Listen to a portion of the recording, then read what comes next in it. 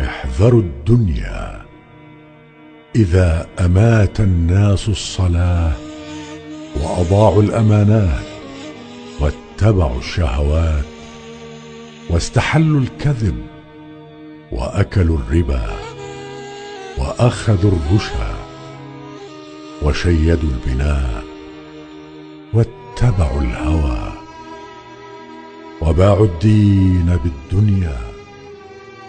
واستخفوا بالدماء وركنوا إلى الرياء وتقاطعت الأرحام وكان الحلم ضعفا والظلم فخرا والأمراء فجرة والوزراء كذبة والأمناء خونة والأعوان ظلمة والقراء فسقة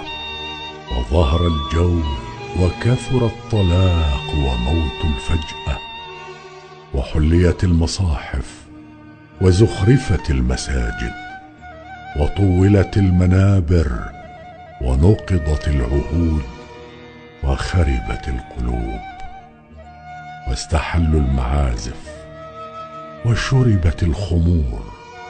وركبت الذكور واشتغل النساء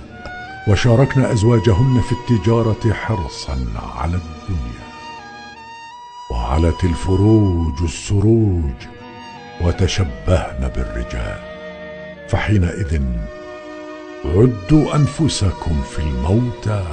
ولا تغرنكم الحياة الدنيا فإن الناس اثنان بر تقي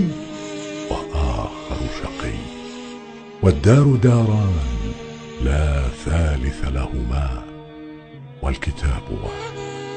لا يغادر صغيرة ولا كبيرة إلا أحصاها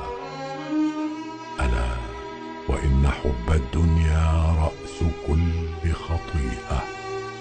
وباب كل بلية ومجمع كل فتنة وداعية كل ريبة فليكن حظك من الدنيا